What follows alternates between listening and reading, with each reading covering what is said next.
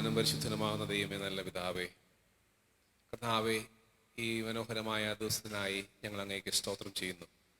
ദൈവമേ, ഞങ്ങൾ കർത്താവെ ആഗമന കാലത്തേക്ക് പ്രവേശിക്കുമ്പോൾ അങ്ങയുടെ കൃപയും സാന്നിധ്യം ഞങ്ങളോടുകൂടി ഇരിക്കണമെന്ന് അപേക്ഷിക്കുന്നു.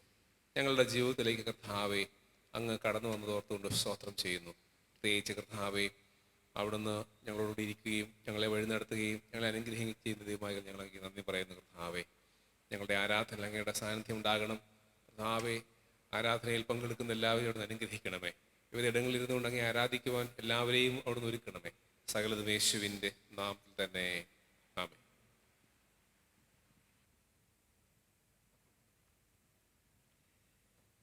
ആഗമന ക്രൈസ്തവ സഭ നോമ്പിൻ്റെ നാളുകളിലേക്ക് പ്രവേശിക്കുകയാണ്. നോമ്പിൻ്റെ ദിനങ്ങളിൽ ദൈവ സാന്നിധ്യത്തോട് ചേർന്നിരുന്ന് ദൈവത്തെ ആരാധിക്കുന്നതിനും ദൈവവചനം പഠിക്കുന്നതിനുമുള്ള കാലഘട്ടമാണ്.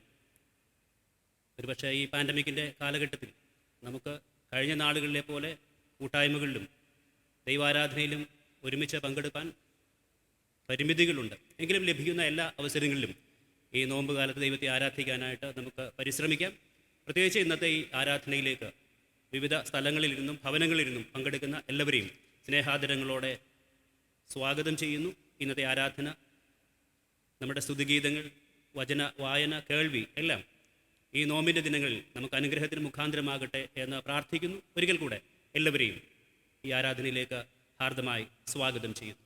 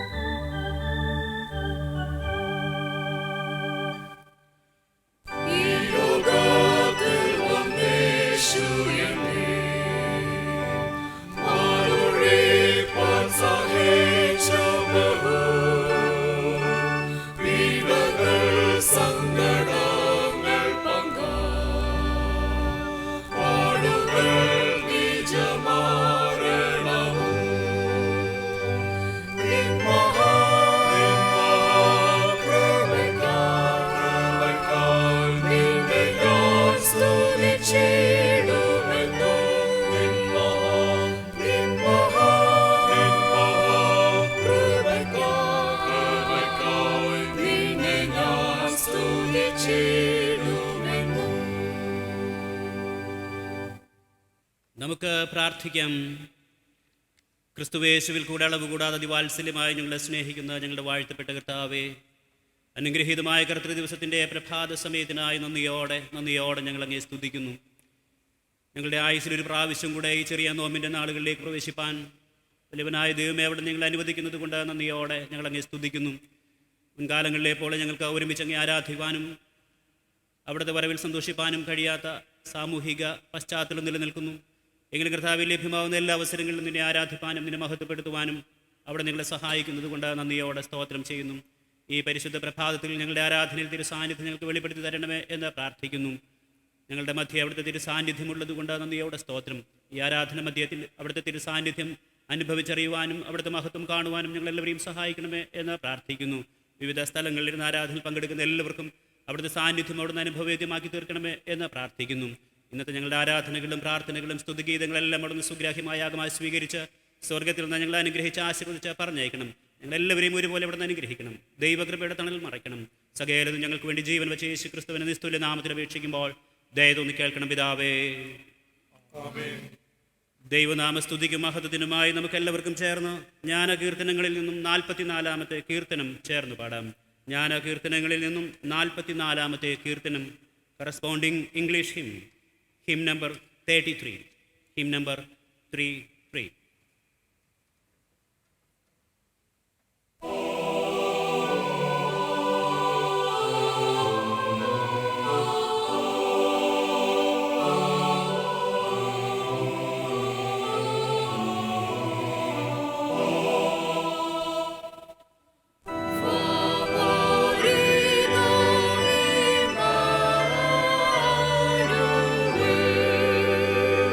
Quiero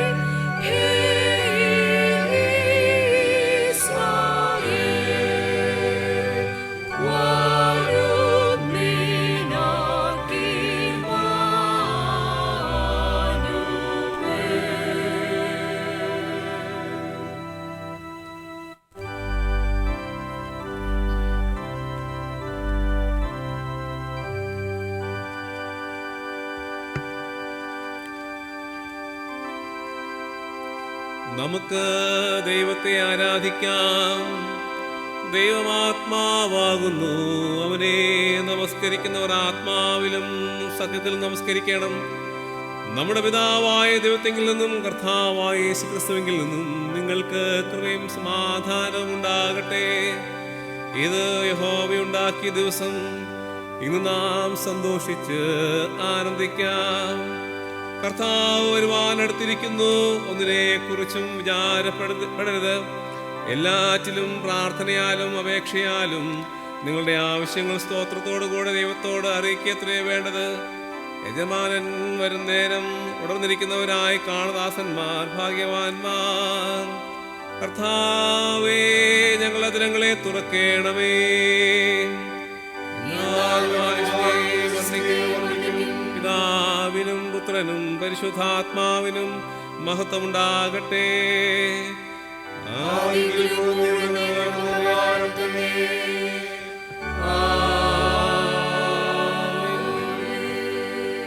തൃത്വത്തിന് സ്തുതി. സൈന്യങ്ങളുടെ ദൈവമായ കർത്താവ് പരിശുദ്ധൻ, പരിശുദ്ധൻ, പരിശുദ്ധൻ.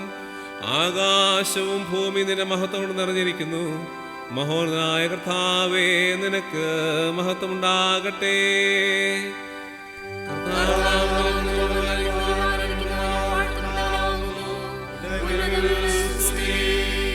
ദൈവമേ, നീ പരിശുദ്ധനാകുന്നു. ദൈവമേ,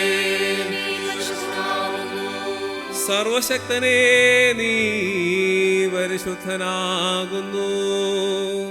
സർവശക്തനേ,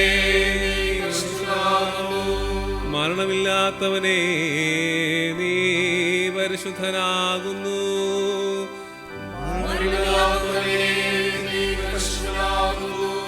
ഞങ്ങൾക്ക് വേണ്ടി ക്രൂശിക്കപ്പെട്ട ഞങ്ങളുടെ വീണ്ടെടുപ്പുകാരനായ കർത്താവേ, ഞങ്ങളോട് കരുണ ചെയ്യണമേ.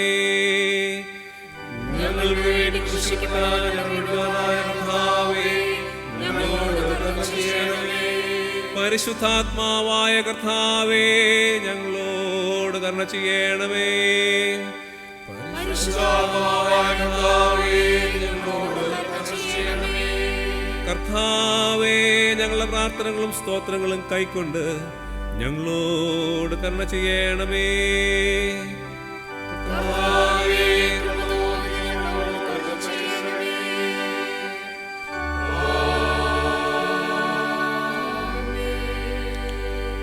സർവശക്തനായ ദൈവമേ, ഞങ്ങളുടെ കർത്താവായ യേശുക്രിസ്തു മുഖാന്തരം ഞങ്ങളുടെ ആരാധനയും സ്തോത്രവും തിരുമുമ്പാകെ അർപ്പിക്കുന്നതിനായി ഞങ്ങൾ നിന്റെ സന്നിധിയിലേക്ക് വന്നിരിക്കുന്നു.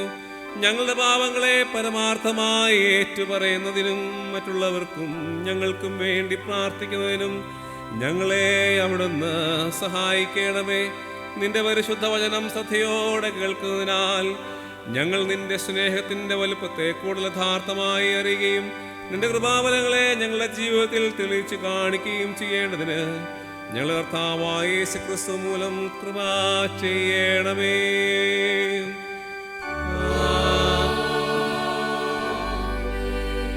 നമുക്ക് പാപമില്ല എന്ന് നാം പറയുന്നുവെങ്കിൽ നമ്മെ തന്നെ വഞ്ചിക്കുന്നു. സത്യം നമ്മില്ലാതെയായി നമ്മുടെ പാപങ്ങളെ ഏറ്റുപറയുന്നുവെങ്കിൽ അവൻ നമ്മോട് പാപങ്ങളെ ക്ഷമിച്ച് സകല അനീതിയും പോക്കി നമ്മെ ശുദ്ധീകരിപ്പാൻ തക്കവണ്ണം വിശ്വസ്തനും നീതിമാനുമാകുന്നു. ഞാൻ എഴുന്നേറ്റ് അപ്പൻ്റെ അടുക്കൽ ചെന്നവനോട്, അപ്പാ, ഞാൻ സ്വർഗത്തോടും നിന്നോടും പാപം ചെയ്തിരിക്കുന്നു. ഇനി നിന്റെ മകൻ എന്ന പേരിന് ഞാൻ യോഗ്യനല്ല എന്ന് പറയും. നമുക്കുള്ള മഹാപുരോഹിതൻ നമ്മുടെ ബലഹീനതകളിൽ സഹതാപം കാണിപ്പാൻ കഴിയാത്തവനല്ല.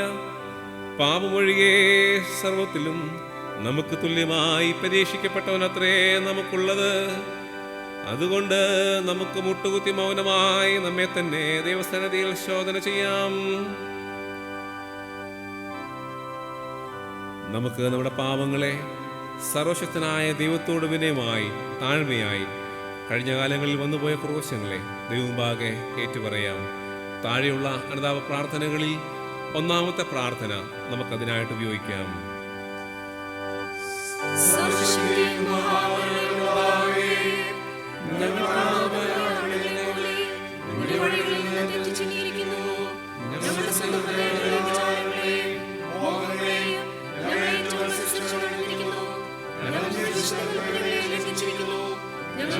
കാര്യങ്ങൾ ചെയ്യാറുണ്ട്, ചെയ്യാത്ത കാര്യങ്ങൾ ചെയ്തിരിക്കുന്നു. ഞങ്ങളിൽ സൗഖ്യവുമില്ല. അരിഷ്ടരായി കുറ്റക്കാരായ ഞങ്ങളോട് കരുണയുണ്ടാകണമേ. ദൈവമേ, ഞങ്ങളുടെ പിഴകളെ ഏറ്റുപറയുന്നവരോട് ക്ഷമിക്കണമേ. ഞങ്ങളുടെ കർത്താവായ യേശുക്രിസ്തു മൂലം ഈ മനുഷ്യവർഗത്തോട് അറിയിച്ചിരിക്കുന്ന വാഗ്ദത്ത പ്രകാരം അനുഗമിക്കുന്നവരെ വീണ്ടും കൈക്കൊള്ളണമേ. മഹാകരുണയുള്ള പിതാവേ, നിന്റെ വിശ്വാസത്തിനായിട്ട് ഞങ്ങൾ ഇനിമേൽ ദൈവഭക്തിയോടും നീതിയോടും സുബോധത്തോടും നടക്കേണ്ടതിന് ക്രിസ്തു നിമിത്തം കൃപ ചെയ്യണമേ.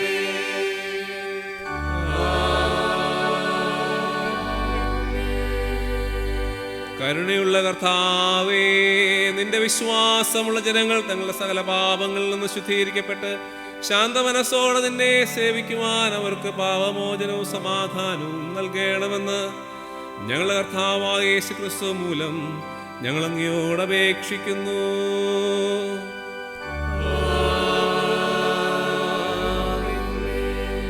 കർത്താവിനെ സ്തുതിക്കുവിൻ.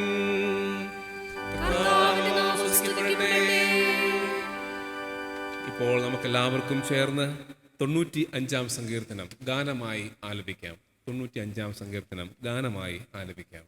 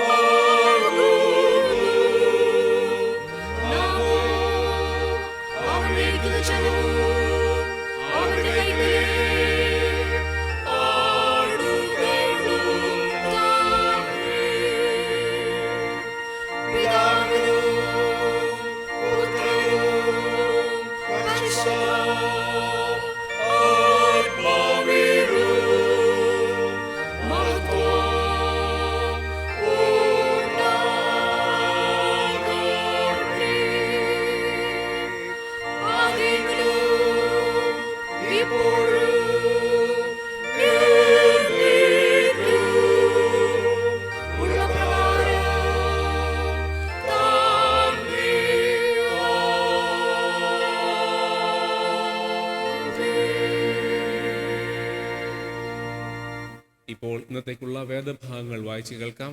പഴയ നിയമ വേദഭാഗം, തുടർന്ന് സങ്കീർത്തനം, പുതിയ നിയമ വേദഭാഗം. ഇന്ന് കാലത്തേക്ക് നിശ്ചയിച്ചിരിക്കുന്ന ഒന്നാം വേദഭാഗം ഇരമ്യാ പ്രവാചകന്റെ പുസ്തകം 33-ാം അധ്യായം 10 മുതൽ 16 വരെ. 33-ാം അധ്യായം 10 മുതൽ 16 വരെ. യഹോവ ഇപ്രകാരം അരുളി ചെയ്യുന്നു: മനുഷ്യനും മൃഗവും ഇല്ലാതെ ശൂന്യമായിരിക്കുന്നു എന്ന് നിങ്ങൾ പറയുന്ന ഈ സ്ഥലത്തും യഹൂദ പട്ടണങ്ങളിലും മനുഷ്യനോ നിവാസികളോ മൃഗമോ ഇല്ലാതെ ശൂന്യമായിരിക്കുന്ന യെരൂശലേം വീഥികളിലും ഇനിയും ആനന്ദഘോഷവും സന്തോഷധ്വനിയും മണവാളന്റെ സ്വരവും മണവാട്ടിയുടെ സ്വരവും. യഹോവയുടെ സൈന്യങ്ങളുടെ യഹോവയെ സ്തുതിപ്പിൻ. യഹോവ നല്ലവനല്ലോ, അവൻ്റെ ദയ എന്നേക്കുമുള്ളത് എന്ന് പറയുന്നവരുടെ ശബ്ദവും യഹോവയുടെ ആലയത്തിൽ സ്തോത്രയാഗം കൊണ്ടുവരുന്നവരുടെ ശബ്ദവും കേൾക്കും. ഞാൻ ദേശത്തിൻ്റെ സ്ഥിതി മാറ്റി പണ്ടത്തെ പോലെ ആക്കും എന്ന് യഹോവ അരുളി ചെയ്യുന്നു. സൈന്യങ്ങളുടെ യഹോവ ഇപ്രകാരം അരുളി ചെയ്യുന്നു: മനുഷ്യനും മൃഗവും ഇല്ലാതെ ശൂന്യമായിരിക്കുന്ന ഈ സ്ഥലത്തും അതിൻ്റെ സകല പട്ടണങ്ങളിലും ആടുകളെ കിടത്തുന്ന ഇടയന്മാർക്കും ഇനിയും മേച്ചൽപ്പുറം ഉണ്ടാകും. മലനാട്ടിലെ പട്ടണങ്ങളിലും താഴ്വീതിയിലെ പട്ടണങ്ങളിലും തെക്കേ പട്ടണങ്ങളിലും ബെന്യാമിൻ ദേശത്തും യെരൂശലേമിൻ്റെ ചുറ്റുവട്ടത്തിലും യഹൂദ പട്ടണങ്ങളിലും ആടുകൾ എണ്ണുന്നവൻ്റെ കൈക്ക് കീഴെ ഇനിയും കടന്നുപോകും എന്ന് യഹോവ അരുളി ചെയ്യുന്നു. ഞാൻ ഇസ്രായേൽ ഗൃഹത്തോടും യഹൂദ ഗൃഹത്തോടും അരുളി ചെയ്ത നല്ല വചനം നിവർത്തിക്കുന്ന കാലം വരും എന്ന് യഹോവയുടെ അരുളപ്പാട്. ആ നാളുകളിലും ആ കാലത്തും ഞാൻ ദാവീദിന് നീതിയുള്ളൊരു മുളയായവനെ മുളപ്പിക്കുന്നു. അവൻ ദേശത്ത് നീതിയും ന്യായവും നടത്തും. അന്നാളിൽ യഹൂദ രക്ഷിക്കപ്പെടും, യെരൂശലേം നിർഭയമായി വസിക്കും. അതിന് യഹോവ നമ്മുടെ നീതി എന്ന് പേർ പറയും. ഇവിടെ 1-ാം വേദഭാഗം വായിച്ച് അവസാനിക്കും.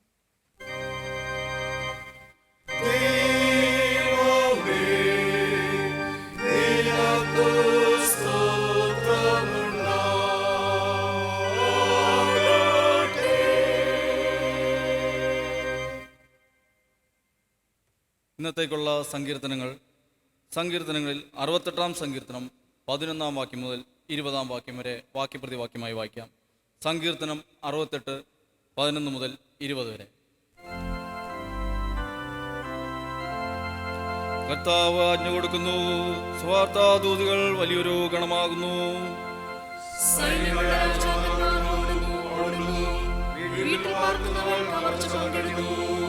നിങ്ങൾ തൊഴുത്തുകളുടെ ഇടയിൽ കിടക്കുമ്പോൾ പ്രാവിന്റെ ചിറക് വെള്ളി കൊണ്ടും അതിന്റെ തൂവലുകൾ പൈമ്പൊന്നുകൊണ്ടും പൊതിഞ്ഞിരിക്കുന്നത് പോലെ ആകുന്നു.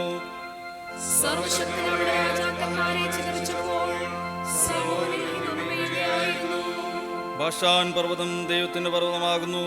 ബാഷാൻ പർവ്വതം കൊടിമുടികളേറിയ പർവ്വതമാകുന്നു.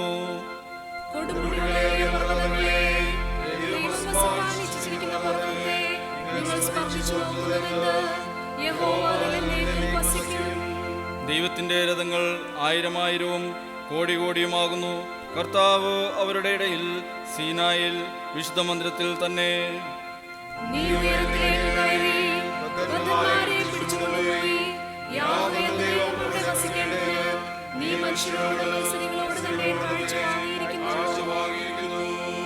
നമ്മുടെ രക്ഷയാകുന്ന ദൈവമായി നാൾതോറും നമ്മുടെ ഭാരങ്ങളെ ചുമക്കുന്ന കർത്താവ് വാഴ്ത്തപ്പെടുമാറാകട്ടെ.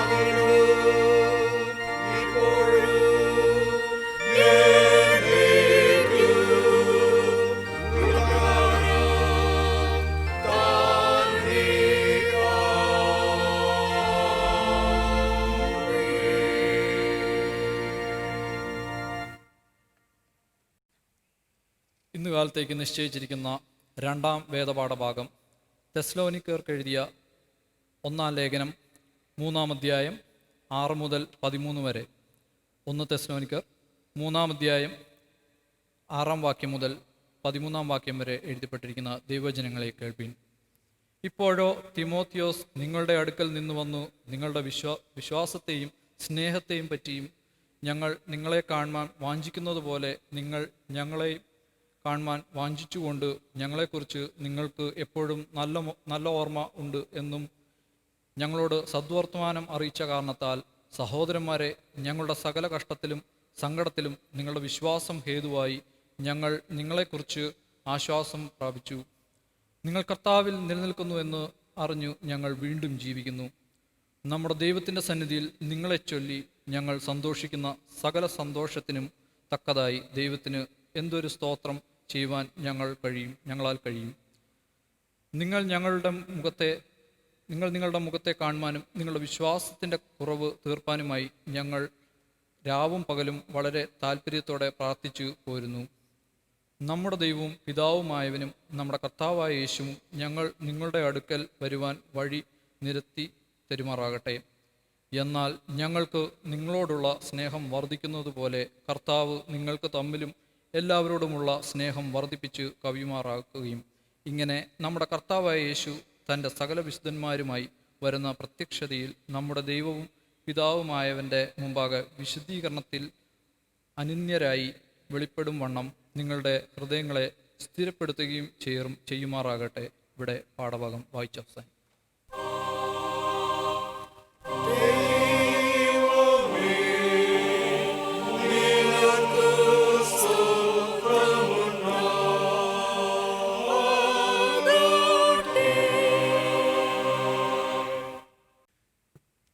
ഇന്നത്തെ ഈ വിശുദ്ധ ആരാധനയിലേക്ക് നിശ്ചയിച്ചിരിക്കുന്ന സുവിശേഷ വേദഭാഗം വിശുദ്ധ ലൂക്കോസ് എഴുതിയ സുവിശേഷം 1-ാം അധ്യായം 39 മുതൽ 45 വരെ എഴുതപ്പെട്ട ദൈവത്തിൻ്റെ തിരുവചനങ്ങളെ ശ്രദ്ധിപ്പീൻ.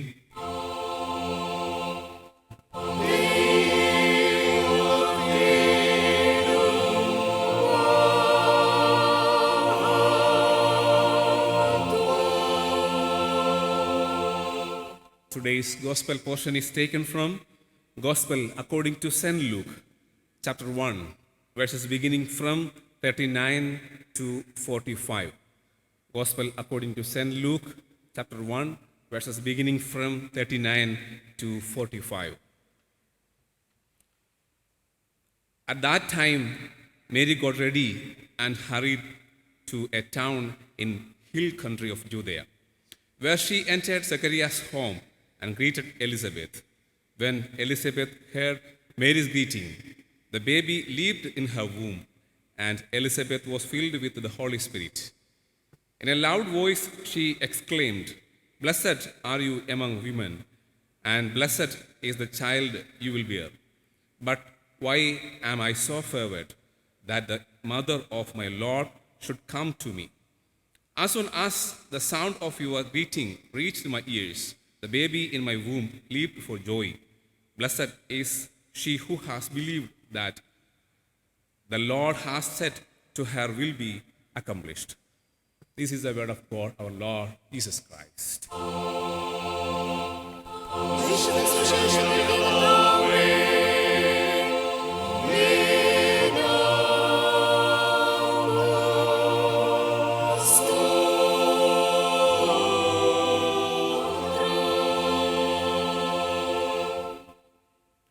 വേദഭാഗ ധ്യാനത്തിന് മുൻപായി നമുക്കെല്ലാവർക്കും ചേർന്ന് ജ്ഞാനകീർത്തനങ്ങളിൽ 45-ാമത്തെ കീർത്തനം പാടാം. ജ്ഞാനകീർത്തനങ്ങളിൽ 45.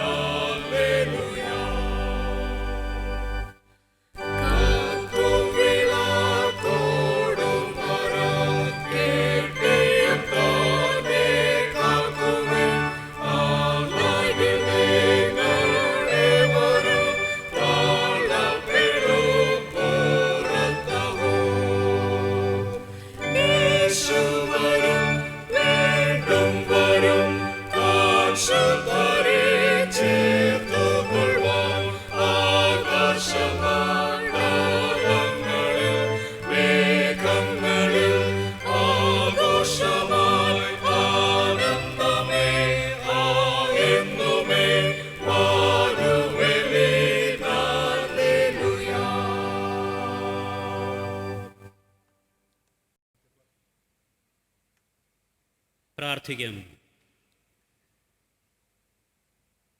സത്യസുന്ദരമായി സ്വർണ്ണഗോളങ്ങളിൽ വസിച്ചിരുന്ന വചനമേ, കാലസമ്പൂർണ്ണതയിൽ അവിടുന്ന് ജഡം ധരിച്ച് ഭൂമിയിലേക്ക് വന്നതുകൊണ്ട് നന്ദിയോടെ ഞങ്ങൾ അങ്ങേ സ്തുതിക്കുന്നു.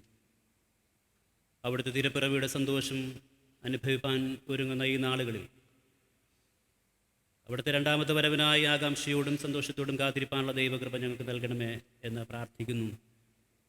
സഭ മുഴുവനും ആഗമന നാളിലേക്ക് പ്രവേശിച്ചിട്ടുള്ള ഈ ദിവസങ്ങളിൽ എൻ്റെ പാദപീഠം ചേർന്നിരുന്ന അവിടുത്തെ വരവിനായി വിശുദ്ധിയോടും സമാധാനത്തോടും സന്തോഷത്തോടും വിശ്വസ്തയോടും കൂടെ കാത്തിരിപ്പാൻ ഞങ്ങൾക്ക് എല്ലാവർക്കും ദൈവകൃപ തരണമേ എന്ന് പ്രാർത്ഥിക്കുന്നു. അല്പസമയം അവിടുന്ന് മാറ്റമില്ലാത്ത വചനത്തിന് മുന്നിലിരിക്കുമ്പോൾ അവിടുന്ന് ഹൃദ്യമായി ഞങ്ങളോട് സംസാരിക്കണമേ എന്ന് പ്രാർത്ഥിക്കുന്നു. അവിടുത്തെ കാൽവരി ക്രൂശിൻ്റെ മറവിലും തിരു സാന്നിധ്യത്തിൻ്റെ മറവിലും ഞങ്ങൾ ഓരോരുത്തരെയും മറച്ചാട്ട് സകലതും ഞങ്ങൾക്ക് വേണ്ടി ജീവൻ വെച്ച യേശു ക്രിസ്തുവിൻ്റെ നിസ്തുല നാമത്തിൽ അപേക്ഷിക്കുമ്പോൾ ദയതൊന്ന് കേൾക്കണം പിതാവേ. ആമേൻ. ഇന്ന് ആഗമന ഞായറാഴ്ചയാണ്. പാശ്ചാത്യ സഭകൾ ആഗമന കാലം എന്നും പൗരസ്ത്യ സഭകൾ മംഗളവാർത്ത കാലം എന്നും പറയുന്ന ചെറിയ നോമ്പിൻ്റെ ദിവസങ്ങളിലേക്ക് സഭ പ്രവേശിക്കുകയാണ്. ആഗമന കാലഘട്ടത്തിൽ സഭ പ്രധാനമായും രണ്ട് പ്രത്യാശകളോടെ ജീവിക്കുന്ന അനുഭവമാണ്. ഒന്ന്, കർത്താവ് ഒന്നാമത് മനുഷ്യൻ്റെ പാപങ്ങൾക്കായി കാലിത്തൊഴുത്തിൽ ഒരു ശിശുവായി ജനിച്ചതിൻ്റെ ഓർമ്മ കൊണ്ടാടുകയും അതിൻ്റെ സന്തോഷവും അതിൻ്റെ സമാധാനവും പരസ്പരം ആശംസിക്കുകയും ചെയ്യുന്ന ദിനങ്ങളാണ്. ഒപ്പം തന്നെ കർത്താവിൻ്റെ രണ്ടാമത്തെ മഹത്വ പ്രത്യക്ഷതയ്ക്കായി സഭ വിശുദ്ധിയോടും വെടിപ്പോടും കൂടെ ഒരുങ്ങുന്നതിനുള്ള നാളുകൾ കൂടിയാണ് ആഗമന നാളുകൾ എന്നുള്ളത്. കർത്താവ് വരും എന്നുള്ളത് സത്യവേദ പുസ്തകം അസന്നിഗ്ധമായി പ്രഖ്യാപിച്ചിട്ടുള്ള ഒന്നാണ്. അപ്പോസ്തല പ്രവൃത്തികളുടെ പുസ്തകം 1-ാം അധ്യായം അതിൻ്റെ 11-ാം വാക്യം വായിക്കുന്നു. കർത്താവ് സ്വർഗാരോഹണം ചെയ്തു പോകുന്ന നേരത്ത് തൻ്റെ ശിഷ്യന്മാർ ആകാശത്തേക്ക് നോക്കി ആകാംക്ഷയോടെ നിൽക്കുന്നത് കണ്ട സ്വർഗീയ ദൂതൻ അവരോട് അരുളി ചെയ്തത് ഇങ്ങനെയാണ്: ഗലീല പുരുഷന്മാരെ, നിങ്ങൾ ആകാശത്തേക്ക് നോക്കി നിൽക്കുന്നത് എന്ത്? നിങ്ങൾ പോകുന്നവനായി കണ്ട ക്രിസ്തു നിങ്ങൾ കണ്ടതുപോലെ വീണ്ടും വരും എന്ന് വളരെ കൃത്യമായി രേഖപ്പെടുത്തിയിട്ടുണ്ട്. തെസലോനിക്ക സഭയ്ക്ക് 1-ാമത്തെ ലേഖനം എഴുതുമ്പോൾ പൗലോസ് അപ്പോസ്തലൻ അതിൻ്റെ 4-ാം അധ്യായത്തിൻ്റെ 16-ാം വാക്യത്തിൽ കർത്താവ് താൻ ഗംഭീരനാഥത്തോടും പ്രധാന ദൂതൻ്റെ ശബ്ദത്തോടും ദൈവത്തിൻ്റെ കാഹളത്തോടും കൂടി ഇറങ്ങി വരും എന്ന് രേഖപ്പെടുത്തിയിട്ടുണ്ട്. യോഹന്നാൻ തൻ്റെ സുവിശേഷം രേഖപ്പെടുത്തുമ്പോൾ 14-ാം അധ്യായത്തിൻ്റെ 3-ാം വാക്യത്തിൽ ഞാൻ നിങ്ങൾക്ക് സ്ഥലമൊരുക്കുവാൻ പോകുന്നു, ഞാൻ പോയി സ്ഥലമൊരുക്കിയാൽ ഞാൻ ഇരിക്കുന്നിടത്ത് നിങ്ങളും ഇരിക്കേണ്ടതിന് പിന്നെയും വന്ന് നിങ്ങൾ എൻ്റെ അടുക്കൽ ചേർത്തുകൊള്ളും എന്ന് ഉറപ്പ് നൽകിയിട്ടുണ്ട്. എബ്രായ ലേഖനം 9-ാം അധ്യായം 28-ാം വാക്യം വായിക്കുമ്പോൾ അവിടെ ഇങ്ങനെയാണ് വായിക്കുന്നത്: അങ്ങനെ അനേകരുടെ പാപങ്ങളെ ചുമപ്പാൻ ഒരിക്കൽ അവൻ അർപ്പിക്കപ്പെട്ടു, തനിക്കായി കാത്തു നിൽക്കുന്നവരുടെ രക്ഷയ്ക്കായി അവൻ പാപം കൂടാതെ രണ്ടാമതും പ്രത്യക്ഷനാകും എന്ന് രേഖപ്പെടുത്തിയിട്ടുണ്ട്. അതുകൊണ്ട് വേദപുസ്തകത്തിലെ പുതിയ നിയമത്തിലെ പല പുസ്തകങ്ങളും വ്യക്തമായി കർത്താവിൻ്റെ രണ്ടാമത്തെ വരവിനെക്കുറിച്ച് ഉറപ്പ് നൽകിയിട്ടുണ്ട്. പഴയ നിയമ പുസ്തകങ്ങളിൽ ആനുഷംഗികമായി അത് രേഖപ്പെടുത്തിയിട്ടുണ്ട്. ഇന്ന് ആഗമന ഞായറാഴ്ചയാണ്. ആഗമന ഞായറാഴ്ച ചിന്തയ്ക്ക് ആധാരമായി സഭ നൽകിയിരിക്കുന്ന വിഷയം കർത്താവിൻ്റെ വരവിനായി സന്തോഷത്തോടെ കാത്തിരിക്കുക എന്നുള്ളതാണ്. കഴിഞ്ഞ 2000-ൽ പരം വർഷമായി സഭ ആകാംക്ഷയോടെ കർത്താവിൻ്റെ മഹത്വ പ്രത്യക്ഷതയ്ക്കായി കാത്തിരിക്കുകയാണ്. ഇന്നത്തെ പാഠഭാഗങ്ങളെല്ലാം ഈ പ്രത്യാശയോടെ കാത്തിരിക്കുന്ന സമൂഹത്തിന് ദൈവം തൻ്റെ സാന്നിധ്യവും തൻ്റെ മഹത്വ പ്രത്യക്ഷതയും എങ്ങനെ നൽകും എന്നത് വ്യത്യസ്തമായ രീതിയിൽ രേഖപ്പെടുത്തിയിട്ടുണ്ട്. ഇന്നത്തെ ഈ പാഠഭാഗങ്ങളുടെ വെളിച്ചത്തിൽ പ്രത്യേകിച്ച് സുവിശേഷ വേദഭാഗമായി വായിച്ച ലൂക്കോസിൻ്റെ സുവിശേഷം 1-ാം അധ്യായം 39 മുതൽ 45 വരെയുള്ള വാക്യങ്ങളിൽ നിന്ന് എങ്ങനെയാണ് സഭ ഈ നാളുകളിൽ സന്തോഷത്തോടുകൂടി കർത്താവിൻ്റെ മഹത്വ പ്രത്യക്ഷതയ്ക്ക് വേണ്ടി കാത്തിരിക്കേണ്ടത് എന്ന് വളരെ ചുരുങ്ങിയ വാക്കിൽ നമുക്ക് ചിന്തിക്കാം. വേദപുസ്തകത്തിലെ ചരിത്രകാരനായ ലൂക്കോസ് തൻ്റെ രക്ഷാകര സുവിശേഷം ആരംഭിക്കുമ്പോൾ 2 സ്ത്രീകളുടെ ചരിത്രം രേഖപ്പെടുത്തിക്കൊണ്ടാണ് തൻ്റെ സുവിശേഷ രചന ആരംഭിക്കുന്നത്. പ്രായം കുറഞ്ഞ ഒരു സ്ത്രീയും പ്രായം കൂടിയ ഒരു സ്ത്രീയും. ഈ സ്ത്രീകളുടെ ജീവിതത്തിൽ കർത്താവിൻ്റെ രക്ഷാകരമായ പ്രവർത്തനം എങ്ങനെയാണ് ദൈവം വെളിപ്പെടുത്തിയെന്നും എങ്ങനെയാണ് അവരുടെ ജീവിതത്തിൽ കർത്താവ് തൻ്റെ മഹത്വം വെളിപ്പെടുത്തിയതെന്നും കൃത്യമായി രേഖപ്പെടുത്തിയിട്ടുണ്ട്. യഥാർത്ഥത്തിൽ ആകാംക്ഷയോടെ കർത്താവിൻ്റെ വരവിന് വേണ്ടി കാത്തിരിക്കുന്ന ഒരു സമൂഹത്തിൻ്റെ മുൻകുറികളാണ്, പ്രതീകങ്ങളാണ് മറിയയും എലിസബത്തും. ഇന്ന് സഭ ആകാംക്ഷയോടെ കർത്താവിൻ്റെ മഹത്വ പ്രത്യക്ഷതയ്ക്കായി കാത്തിരിക്കുമ്പോൾ മശിഹായുടെ ഒന്നാമത്തെ വരവിന് വേണ്ടി കാത്തിരുന്ന യഹൂദ സമൂഹത്തിൻ്റെ രണ്ട് പ്രതിനിധികളായ സ്ത്രീകളായിരുന്നു മറിയയും എലിസബത്തും. ഇന്ന് സഭ കാത്തിരിക്കുമ്പോൾ അവരുടെ ജീവിതമാണ് എനിക്ക് നിങ്ങൾക്ക് മാതൃകയായി തീരേണ്ടത്. അവരെപ്രകാരമാണോ കാത്തിരുന്നത്, അതേ അനുഭവത്തിൽ സഭ ഈ നാളുകളിൽ കർത്താവിൻ്റെ മഹത്വ പ്രത്യക്ഷതയ്ക്കായി കാത്തിരിക്കണം. ഒരുക്കത്തോടും വിശുദ്ധിയോടും വിശ്വസ്തയോടും കൂടി കർത്താവിൻ്റെ മഹത്വ പ്രത്യക്ഷതയ്ക്കായി സഭ കാത്തിരിപ്പാൻ വിളിക്കപ്പെട്ട സമൂഹമാണ്. എന്നാൽ എന്നാണ് കർത്താവ് വരിക എന്ന് അറിയില്ല എന്നുള്ളത് നമ്മുടെ ഒരു പരിമിതിയാണ്. മർക്കോസിൻ്റെ സുവിശേഷം 13-ാം അധ്യായത്തിൽ കർത്താവിൻ്റെ ശിഷ്യന്മാർ വളരെ കൃത്യമായി ചോദിക്കുന്നുണ്ട്, ഇതെപ്പോൾ എങ്ങനെ സംഭവിക്കും എന്ന്. എന്നാൽ കർത്താവ് അതിന് കൃത്യമായൊരു മറുപടി നൽകിയിട്ടില്ല. എന്ന് വരും എന്ന് കൃത്യമായൊരു മറുപടി നൽകിയിട്ടില്ല. ചില ലക്ഷണങ്ങളും ചില സൂചനകളും നൽകിയിട്ടുണ്ട്. അതുകൊണ്ട് ഈ സൂചനകളെ നോക്കി കർത്താവിൻ്റെ വരവിനായി സദാ കാത്തിരിക്കേണ്ട ഒരു വിധിയാണ് സഭയ്ക്കുള്ളത്, വിളിയാണ് സഭയ്ക്കുള്ളത്. എങ്ങനെയാണ് മറിയയും എലിസബത്തും ആദ്യ മശിഹായുടെ പ്രത്യക്ഷതയ്ക്കായി കാത്തിരുന്നത് എന്ന് ഇന്ന് വായിച്ചു കേട്ട സുവിശേഷ വേദഭാഗത്തിൻ്റെ വെളിച്ചത്തിൽ ചിന്തിക്കാം. ഒപ്പം തന്നെ മറിയയുടെയും എലിസബത്തിൻ്റെയും ജീവിത ശൈലി നമ്മുടെ ജീവിതത്തിലേക്ക് നമുക്ക് സ്വീകരിക്കാൻ കഴിയുമെങ്കിൽ തീർച്ചയായിട്ടും ഈ നോമ്പിൻ്റെ ദിവസങ്ങളിൽ നമ്മുടെ ജീവിതം അർത്ഥപൂർണമായി തീരും. സന്തോഷകരമായി കർത്താവിനെ കാത്തിരിക്കുന്നവരുടെ ഗണത്തിൽ നമ്മളും ചേർക്കപ്പെടും എന്നതിന് സംശയമില്ല. ഒന്നാമതായി മറിയയ്ക്കും എലിസബത്തിനും ഉണ്ടായിരുന്ന ഒരു പ്രത്യേകത, അവർ ആഴമേറിയ വിശ്വാസത്തോടെ ഇതിനായി കാത്തിരുന്നു എന്നുള്ളതാണ്. മശിഹ വരുമെന്നുള്ള കൽപ്പന ന്യായപ്രമാണത്തിൽ നിന്ന് അവർക്കറിയാം. ഈ മശിഹയുടെ വരവിനായി ആകാംക്ഷയോടെ കാത്തിരുന്ന, വിശ്വാസത്തോടെ കാത്തിരുന്ന സമൂഹത്തിലെ രണ്ട് പ്രതിനിധികളാണ് മറിയയും എലിസബത്തും. കർത്താവിനെ കാത്തിരിക്കുന്നവരിൽ ദൈവം പ്രതീക്ഷിക്കുന്ന ഒന്ന്, ആഴമായ വിശ്വാസം ഈ വാഗ്ദത്തങ്ങളിൽ അവർക്കുണ്ടായിരിക്കണം എന്നുള്ളത്. മറിയ എന്ന ചെറിയ പെൺകുട്ടി ഇവിടെ ലൂക്കോസ് വിശേഷകാരൻ എടുത്ത് പറയുമ്പോൾ അവളുടെ വിശ്വാസത്തെ വളരെ പ്രത്യേകിച്ച് എടുത്തു പറഞ്ഞുകൊണ്ടാണ് തൻ്റെ സുവിശേഷം രേഖപ്പെടുത്തിയിരിക്കുന്നത്. ലൂക്കോസിൻ്റെ സുവിശേഷം 1-ാം അധ്യായം 38-ാം വാക്യത്തിൽ മറിയെക്കുറിച്ച് രേഖപ്പെടുത്തിയിരിക്കുന്ന ഇപ്രകാരമാണ്, ഇതാ ഞാൻ കർത്താവിൻ്റെ ദാസി, നിന്റെ വാക്ക് പോലെ എനിക്ക് ഭവിക്കട്ടെ. ഈ 13-14 വയസ്സുള്ള പെൺകുട്ടി ദൈവദൂതൻ്റെ വാഗ്ദത്തം കേട്ടിട്ട് അവളെ തന്നെ ദൈവകരങ്ങളിലേക്ക് സമർപ്പിച്ചുകൊണ്ട് പറയുന്ന വാക്യം ഇങ്ങനെയാണ്, ഇതാ ഞാൻ കർത്താവിൻ്റെ ദാസി, നിന്റെ വാക്ക് പോലെ എനിക്ക് ഭവിക്കട്ടെ. ഇത് ഭവിക്കുമെന്നും അത് സംഭവിക്കുമെന്നുള്ള ഉറച്ച പ്രത്യാശയോടും പ്രതീക്ഷയോടും ഉറപ്പോടും വിശ്വാസത്തോടും കൂടിയാണ് മറിയ ഈ വാക്ക് പറയുന്നത്. ഇതാ ഞാൻ നിന്റെ ദാസിയാകും, അതുപോലെ എനിക്ക് ഭവിക്കട്ടെ, ഞാൻ പൂർണ്ണമായി നിനക്ക് സമർപ്പിക്കുന്നു എന്നുള്ളതാണ്. ആഴമേറിയ വിശ്വാസമാണ് മറിയ എന്ന പെൺകുട്ടിയെ ഇത് പറയുവാനായി നിർബന്ധിച്ച വസ്തുത. പക്ഷേ ദൈവം തൻ്റെ വാഗ്ദത്തങ്ങളിൽ വിശ്വസ്തനാണ് എന്ന് ഉറപ്പുള്ള, ദൈവം തൻ്റെ കൽപ്പനകളിൽ വിശ്വസ്തനാണ് എന്ന് ഉറപ്പുള്ള, ആഴമായി വിശ്വസിക്കുന്ന ഒരാൾക്ക് മാത്രമേ അപ്രകാരം ഈ സമർപ്പണത്തിലേക്ക് പ്രവേശിക്കാനായിട്ട് കഴിയത്തുള്ളൂ. പക്ഷേ ഈ നാളുകളിൽ നാം കർത്താവിൻ്റെ മഹത്വ പ്രതിഷ്ഠതയ്ക്കായി കാത്തിരിക്കുമ്പോൾ എനിക്ക് നിങ്ങൾക്കും ഉണ്ടായിരിക്കേണ്ട ഒരു ഗുണം ദൈവത്തിൻ്റെ വാഗ്ദത്തങ്ങളെ ആഴമായി വിശ്വസിക്കുക എന്നുള്ളതാണ്. ദൈവത്തിൻ്റെ കൽപ്പനകളെ ആഴമായി വിശ്വസിക്കുക, ദൈവത്തിൻ്റെ വാഗ്ദത്തങ്ങളെ ആഴമായി നമുക്ക് വിശ്വസിക്കാൻ കഴിയുക എന്നുള്ളത്. അങ്ങനെ വിശ്വസിക്കുന്നവർക്ക് മാത്രം ലഭിക്കുന്ന ഒരനുഭവമാണ് ദൈവത്തിൻ്റെ സാമീപ്യവും ദൈവത്തിൻ്റെ സാന്നിധ്യവും അവൻ വാഗ്ദത്തം ചെയ്ത മഹത്വ പ്രത്യക്ഷതയിൽ അവനോടൊപ്പമുള്ള വാസവും. ഹബക്കൂക്ക് പ്രവാചകൻ തൻ്റെ പ്രവചനം എഴുതുമ്പോൾ 2-ാം അധ്യായത്തിൻ്റെ 4-ാം വാക്യത്തിൽ ഒരു പ്രതിസന്ധിയുടെ നടുവിലാണ് ഹബക്കൂക്ക് തൻ്റെ പ്രവചനം നടത്തുന്നത്. എപ്പോഴാണിത് സംഭവിക്കുക, ദൈവത്തിൻ്റെ ഇടപെടൽ എപ്പോഴാണ് സംഭവിക്കുക എന്നറിയാതെ വളരെ പരീക്ഷണനായും സംഘർഷഭരിതനായും അദ്ദേഹം തൻ്റെ പ്രാർത്ഥനാ മന്ദിരത്തിൽ നിന്ന് പ്രാർത്ഥിക്കുമ്പോൾ അദ്ദേഹത്തിന് ഉണ്ടാകുന്ന ഒരു ദർശനമാണ് ഹബക്കൂക്കിൻ്റെ പുസ്തകം 2-ാം അധ്യായം മുതൽ താഴേക്ക് രേഖപ്പെടുത്തിയിരിക്കുന്നു. അവിടെ ഒരു ഉറപ്പ് ഹബക്കൂക്കിന് ലഭിക്കുന്ന ഇതാണ്, എൻ്റെ നീതിമാൻ വിശ്വാസത്താൽ ജീവിക്കും. അതിനു മുമ്പ് പറയുന്ന രണ്ട് കാര്യം ഇങ്ങനെയാണ്, ദർശനത്തിന് ഞാൻ ഒരു അവധി വെച്ചിരിക്കുന്നു, അത് സമാപ്തിയിലേക്ക് ബന്ധപ്പെടുന്നു, താമസിച്ചാലും അത് വരും, അതിനായി കാത്തിരിക്കുക. എന്നിട്ട് പ്രവാചകൻ പറയുന്ന വാക്കുകളാണ്, എൻ്റെ നീതിമാൻ വിശ്വാസത്താൽ ജീവിക്കും. ദൈവത്തിനായി കാത്തിരിക്കുന്നവരെ നിരാശപ്പെടുത്തുന്ന ഒരു ദൈവമല്ല വചനത്തിലൂടെ വെളിപ്പെടുന്ന ദൈവം. അവൻ്റെ വചനത്തിൽ പ്രത്യാശ വെച്ച് അവൻ്റെ സമയത്തിനായി കാത്തിരിക്കുക എന്നുള്ളതാണ്. സമയം അറിയില്ല എന്നുള്ളതാണ് നമ്മുടെ പരിമിതി.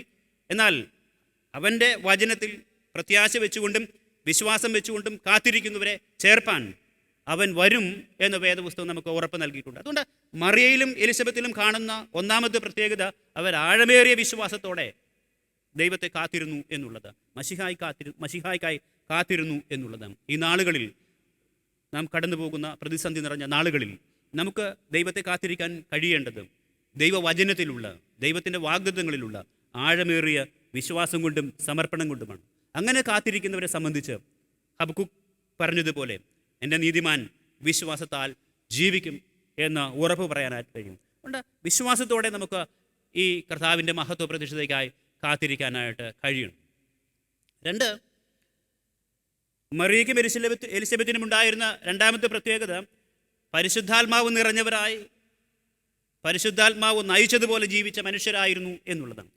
ഈ 2 സ്ത്രീകളെക്കുറിച്ചും പറയാൻ കഴിയുക ഓരോ ദിവസങ്ങളിലും ദൈവത്തിൻ്റെ ആലോചന പ്രകാരം നടന്ന വ്യക്തികളായിരുന്നു എന്നുള്ളത്. എലിസബത്ത് നമുക്കറിയാവുന്നതുപോലെ വാർദ്ധക്യത്തിലേക്ക് പ്രവേശിച്ച ഒരു സ്ത്രീയായിരുന്നു.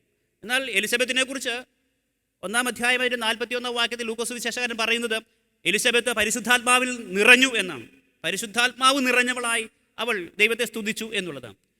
വേദപുസ്തകത്തിൽ പരിശുദ്ധാത്മാവ് നിറഞ്ഞു എന്ന് പറഞ്ഞാൽ അതിൻ്റെ അർത്ഥം നമുക്ക് എന്തെങ്കിലുമൊക്കെ പറയുക എന്നുള്ളതല്ല. പലപ്പോഴും അങ്ങനെ ഒരു തെറ്റിദ്ധാരണയുണ്ട്. തുള്ളിച്ചാട്ടവും ഒച്ച എടുക്കലൊക്കെയാണ് പരിശുദ്ധാത്മാവിൻ്റെ നിറവിൻ്റെ പ്രത്യേകത എന്നാണ് നമ്മുടെ പൊതുവായൊരു ധാരണ. എന്നാൽ വേദപുസ്തകത്തിൽ അങ്ങനെ ഒരിടത്തും കാണുന്നില്ല. പരിശുദ്ധാത്മാവിൽ നിറയുക എന്ന് പറഞ്ഞാൽ പരിശുദ്ധാത്മാവിൻ്റെ നിയന്ത്രണത്തിലായി തീരുക എന്നാണ് അർത്ഥം. പരിശുദ്ധാത്മാവ് നടത്തുന്നത് പോലെ നടക്കുന്ന അനുഭവത്തിനാണ് പരിശുദ്ധാത്മാവിൻ്റെ നിറവ് എന്ന് രേഖപ്പെടുത്തുന്നത്. നമ്മൾ ഈ ലൂക്കോസിൻ്റെ സുവിശേഷം തന്നെ 1-ാം അധ്യായം 57 മുതൽ 67 വാക്യങ്ങളിൽ വായിച്ചാൽ എലിസബത്തിൻ്റെയും സെക്രിയാവിൻ്റെയും ജീവിതം കാണാം. ഓരോ ദിവസങ്ങളിലും പരിശുദ്ധാത്മാവ് അവരെ നടത്തുന്നുണ്ട്. ഇങ്ങനെ ആയിരിക്കണം നിങ്ങളുടെ ജീവിതം, കുഞ്ഞ് ജനിച്ചാൽ അവന് ഇന്ന പേരിടണം, അതുവരെയും നീ ഇങ്ങനെ ആയിരിക്കും ജീവിക്കുക എന്ന് പറഞ്ഞ് ഓരോ ദിവസവും പരിശുദ്ധാത്മാവ് അവരെ നിയന്ത്രിക്കുകയും അവരെ നടത്തുകയും ചെയ്ത് നമുക്ക് കാണാനായിട്ട് കഴിയും. അതുകൊണ്ട് പരിശുദ്ധാത്മാവിൻ്റെ നിറവ് എന്ന് പറയുന്നത് പരിശുദ്ധാത്മാവിൻ്റെ നിയന്ത്രണത്തിൽ ഒരു മനുഷ്യൻ വരുന്ന അനുഭവത്തിനാണ്. സക്കരിയ പ്രവാചകനും ഇത്തരത്തിൽ പരിശുദ്ധാത്മാവ് നിറഞ്ഞിരുന്നു എന്ന് ലൂക്കോസിന്റെ സുവിശേഷം 1-ാം അധ്യായം 67-ാം വാക്യത്തിൽ നമുക്ക് കാണാനായിട്ട് കഴിയും. അതുകൊണ്ടാണ് യോഹന്നാൻ തന്റെ സുവിശേഷത്തിൽ പരിശുദ്ധാത്മാവിൻ്റെ വാഗ്ദാനം നൽകിയിട്ട് 16-ാം അധ്യായത്തിൻ്റെ 13-ാം വാക്യത്തിൽ ഇപ്രകാരം പറയുന്നത്, സത്യത്തിൻ്റെ ആത്മാവ് വരുമ്പോൾ അവൻ നിങ്ങളെ സകല സത്യത്തിലും വഴി നടത്തും എന്നുള്ളത്. നിങ്ങൾ ഓരോ ദിവസവും വഴി നടത്തുന്ന ദൈവത്തിൻ്റെ സാന്നിധ്യമാണ് പരിശുദ്ധാത്മാവ് എന്ന് പറയുന്നത്. പരിശുദ്ധാത്മാവ് വരുമ്പോഴാണ് എനിക്ക് നിങ്ങൾക്കും ദൈവവചനം കൂടുതൽ വ്യക്തമാകുകയും ഏതാണ് നടക്കേണ്ടുന്ന വഴി എന്ന് തിരിച്ചറിയുകയും ചെയ്യാൻ കഴിയും. 16-ാം സങ്കീർത്തനം 7-ാം വാക്യത്തിൽ എനിക്ക് ബുദ്ധി ഉപദേശിച്ചു തരുന്ന ദൈവത്തെ ഞാൻ എപ്പോഴും വാഴ്ത്തും, രാത്രികാലത്തും എൻ്റെ അന്തരംഗം എന്നെ ഉപദേശിച്ചു കൊണ്ടിരിക്കുന്നു എന്ന് രേഖപ്പെടുത്തിയിരുന്നു. ഓരോ നിമിഷവും ദൈവത്തിൻ്റെ ആലോചന പ്രകാരം നടക്കുന്ന മനുഷ്യനായിരുന്നു ദാവീദ് എന്നുള്ളത്. അതുകൊണ്ടാണ് എനിക്ക് ബുദ്ധി ഉപദേശിച്ചു തരുന്ന യഹോവയെ ഞാൻ എല്ലാ കാലത്തും വാഴ്ത്തും എന്ന് പറയുന്നത്. അതുകൊണ്ട് ദൈവത്തിൻ്റെ സാന്നിധ്യം, ദൈവത്തിൻ്റെ പരിശുദ്ധാത്മാവിൻ്റെ നിറവ് എന്നൊക്കെ പറയുന്നത് ദൈവത്തിൻ്റെ ഹിതപ്രകാരം ജീവിക്കുന്ന മനുഷ്യനെ കുറിച്ച് പറയുന്ന അനുഭവമാണ്.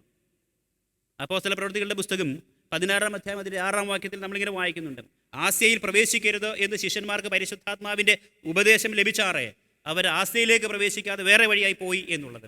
ഇതിൻ്റെ അർത്ഥം പരിശുദ്ധാത്മാവ് എന്നിൽ വരുമ്പോൾ പരിശുദ്ധാത്മാവ് എന്നെ ഓരോ നിമിഷവും വഴി നടത്തുകയാണ്. എങ്ങനെയാണ് പോകേണ്ടത്, ഏത് വഴിക്കാണ് പോകേണ്ടത് എന്നുള്ള നിർദ്ദേശമാണ് എനിക്കും നിങ്ങൾക്കും നൽകുന്നത്. ഒരുപക്ഷെ മറിയയും എലിസബത്തും പരിശുദ്ധാത്മാവ് നിറഞ്ഞവരായിരുന്നു എന്ന് പറയുന്നതിൻ്റെ അർത്ഥം ഓരോ ദിവസവും പരിശുദ്ധാത്മാവിൻ്റെ നിയന്ത്രണത്തിൽ അവൻ്റെ ആലോചന പ്രകാരം നടന്ന മനുഷ്യർ എന്ന അർത്ഥത്തിലാണ്.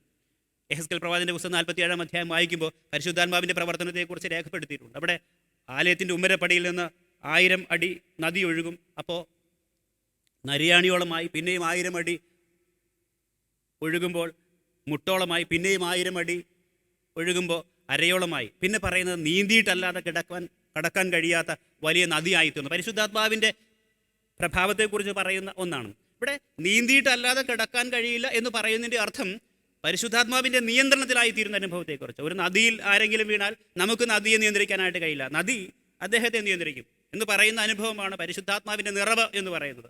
പരിശുദ്ധാത്മാവ് എന്നെയും നിങ്ങളെയും നിയന്ത്രിക്കുന്ന ഒരനുഭവത്തിലേക്ക് വരുന്നതിനാണ് പ്രകാരം പറയുന്നത്. ഇവിടെ മറിയയും എലിസബത്തും പരിശുദ്ധാത്മാവ് നിറഞ്ഞവരായി മശിഹായുടെ വരവിനായി കാത്തിരുന്നു എന്ന് പറയുന്നതിൻ്റെ അർത്ഥം ദൈവഹിതപ്രകാരം ദൈവത്തിൻ്റെ നടത്തി പോലെ ആലോചന പോലെ തങ്ങളുടെ ജീവിതത്തെ ക്രമീകരിച്ച് കാത്തിരുന്ന മനുഷ്യർ എന്നാണ് അതിൻ്റെ അർത്ഥം. പക്ഷേ ഈ നാളുകളിൽ എനിക്കും നിങ്ങൾക്കും കർത്താവിനെ കാത്തിരിക്കുന്നവരായിരിക്കുമ്പോൾ ആവശ്യമായിരിക്കുന്നത് ഈ പരിശുദ്ധാത്മാവ് നിറഞ്ഞവരായി ജീവിക്കാൻ കഴിയുക എന്നുള്ളത്. എന്ന് പറഞ്ഞാൽ പരിശുദ്ധാത്മാവിൻ്റെ നിയന്ത്രണത്തിലും അവൻ്റെ ആലോചന പ്രകാരവും നമ്മുടെ ജീവിതത്തെ ക്രമപ്പെടുത്താനും നടക്കുവാനും കഴിയുന്ന ഒരു അനുഭവത്തിൽ. അതുകൊണ്ടാണ് എഫേസ്യ ലേഖനം എഴുതുക പരിശുദ്ധാത്മാവ് നിറഞ്ഞവരായി സങ്കീർത്തനങ്ങളാലും സ്തുതികളാലും ദൈവത്തെ ആരാധിച്ചുകൊണ്ട് ജീവിക്കുന്ന ഒരു അനുഭവത്തെക്കുറിച്ച് എഫേസ്യ ലേഖനകാരൻ പറയുന്നുണ്ട്. അതിൻ്റെ അർത്ഥം പരിശുദ്ധാത്മാവ് നിറയുക എന്ന് പറഞ്ഞാൽ ദൈവഹിതപ്രകാരം ജീവിക്കുക എന്നാണ്.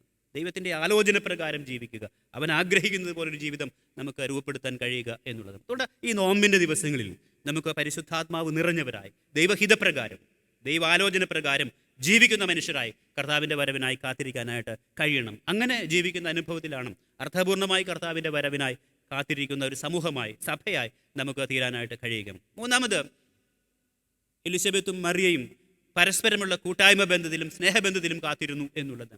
നമ്മളിവിടെ വായിക്കുന്നത്, നമ്മളിന്ന് സുവിശേഷ വേദ ഭാഗമായി വായിച്ചു കേട്ട ഭാഗം ലൂക്കോസിൻ്റെ സുവിശേഷം 1-ാം അധ്യായം 39 കാലത്ത് മറിയ യഹൂദ മലനാട്ടിലേക്ക് എലിസബത്തിൻ്റെ ഭവനത്തിലേക്ക് പോയി എന്നുള്ളത്.